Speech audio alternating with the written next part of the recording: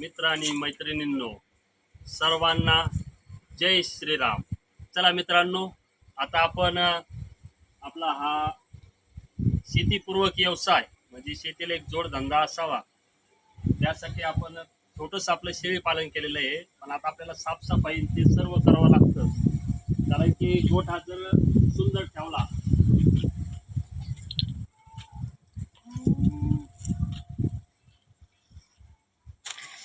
बा मित्रांनो, झाडू आपल्याला गोठा साफसफाई करून एकदम सुंदर असा ठेवावा लागतो, तेव्हा हे आपले जनावर चांगले राहतील. नाही तर यांना दुखणं येतं किंवा कोणत्या प्रकारचे तरी आजार जडतात आणि आपल्या हानी होण्याची शक्यता असते. चला तर आपण आता एकदम मस्त निर्मळ करू आणि यांना आता चारा पाणी एकदम व्यवस्थित करूया. आता आपण झाडून घेऊ.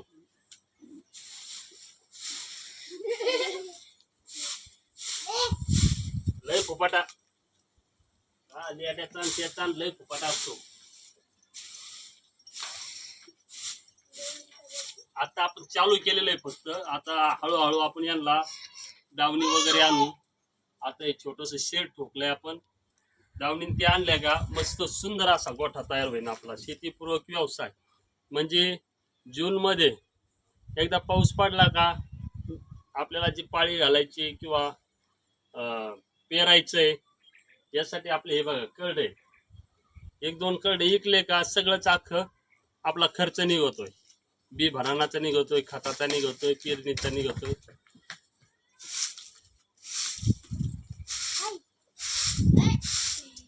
आता आपण साफसफाई केल्याच्या नंतर याला चारा पाणी करूया. आणि चारा पाणी आपलं बंदिस्त शेळी पालन आहे. आपण घास वगैरे सगळं आपलं घरचं आहे, बंदिस्त शेळी पालन आहे. हा मित्रांनो, केला साफ. कमेंट मध्ये नक्की सांगा व्यवस्थित साफ झालाय की नाही. आम्ही नवीनच आहेत, पण शेतीला एक जोडधंदा असावा म्हणून आता आपण हा छोटासा एक शेळी पालनाचा व्यवसाय चालू केलाय. आता यांना आपण पाणी बिणी पाजू. यांचं कशा प्रकारे आपण नियोजन करतो आपण मी तुम्हाला इथे दाखवतो. सॉरी बेबी, पाणी पाजायचं ना आपल्याला. हरूला हरू पाणी प्याय ना, इथूनच पाणी पाजलं त्यांना ऐक ना भाई.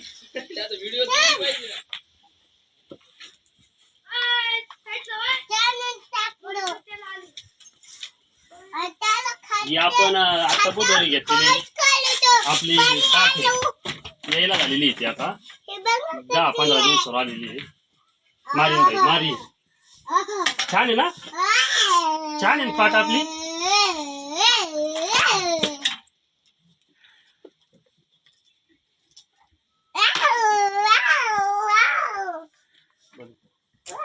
आपला घास आहे, घासाचे 2 प्रकार आहेत आपल्याकडे. एक आपला दशरथ घास म्हणजे आपला शेवरी सारखा असतो, आपण पाहू शकतो बघ शेवरी सारखा असतो, ते एक घास आहे आपल्याकडं. आणि एक दुसरा आपला गावरान घास आहे. आता याच्या खाली ते ढिगाऱ्याच्या खाली हे उन्हामुळे थोडा पांगून टाकावा लागतो उभावू नये म्हणून. आणि याच्यामध्ये आपण बाटकाचा वापर करतो. त्याच्यानंतर हे भुसा आहे, तुरीचा भुसा आहे पहा, तुरीचा भुसा. म्हणजे आपण त्यांचं आधी पूर्ण चाऱ्याचं नियोजन केलेलं आहे आणि त्याच्यानंतरच आपण शेळ्या घेतलेल्या आहेत. आता आपण त्याला चारा टाकूया. याला दाबूनच घेणार आहे.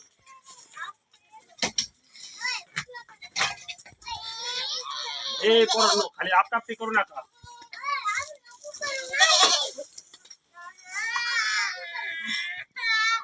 याला एकदा 2 टाइम चारा टाकला का ही गवंडा मळलेला आहे आपण त्याच्यासाठी.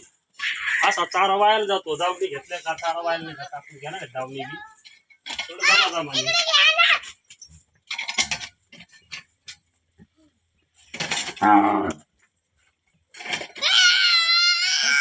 तिकुडी तिकुडी बाहेर चल. हा बाहेर गेला तू, तिकडे बाहेर चल. मित्रांनो, अशा प्रकारे आपण आहे का आपल्या शेळी पालनचं नियोजन करतो. हे आपले एक कारोडी आपण गाय इकली आता, एक छोटीशी कारोड ठेवलेली आहे. पहा आता आपण सगळं एकदम व्यवस्थित चारा पाणी त्यांना केलं. पाणी पेले नाही ते, कारण मी त्यांना 1 वाजताच पाणी पाजलं होतं. आणि आपण त्यांना आहे का 3 टाईम चारा देतो. एकदम व्यवस्थित असं नियोजन करतो आपण. हे बघा गावंडा आता हे आपले बघा चिले पिले सुट्टीला आलेले आहेत. भरपूर चिले पिले धिंगाणा घालते निसते. आता सुंदर असं आपण असं नियोजन केलेलं आहे. तर मित्रांनो आता तुम्ही कमेंटमध्ये मला नक्कीच सांगा आपण नियोजन व्यवस्थित केलेलं आहे का, कारण की आपण पण नवीन आहेत त्याच्यातले. तर नियोजन वगैरे व्यवस्थित आहे का, शेड व्यवस्थित केलेलं आहे का. आणि हे पहा आपला शेतीचा माल आहे, लसूण आहे आपला, यंदा कमी प्रमाणात झाला आहे. व्यवस्थित वातावरण नव्हतं. मग मित्रांनो कसं काय वाटलं आपला गोठा. आपली काठेवाडी शेरडी पहा, काठेवाडी तिच्या पाठीमागची आपण ती आत्ता आणलेली, आणि आपली ही घरचीच आहे बरं का. ही पाठीमागची दिसली का घरची, आणि ते 2 कळडं हिचे.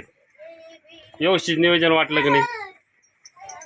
तर असेच व्हिडिओ मी आणि ब्लॉग माझे बनवत राहील. आपलं प्रेम माझ्यावर असंच राहून द्या. आणि चला आपली सर्वांची रजा घेतो. जय जवान, जय किसान, जय महाराष्ट्र, जय श्रीराम.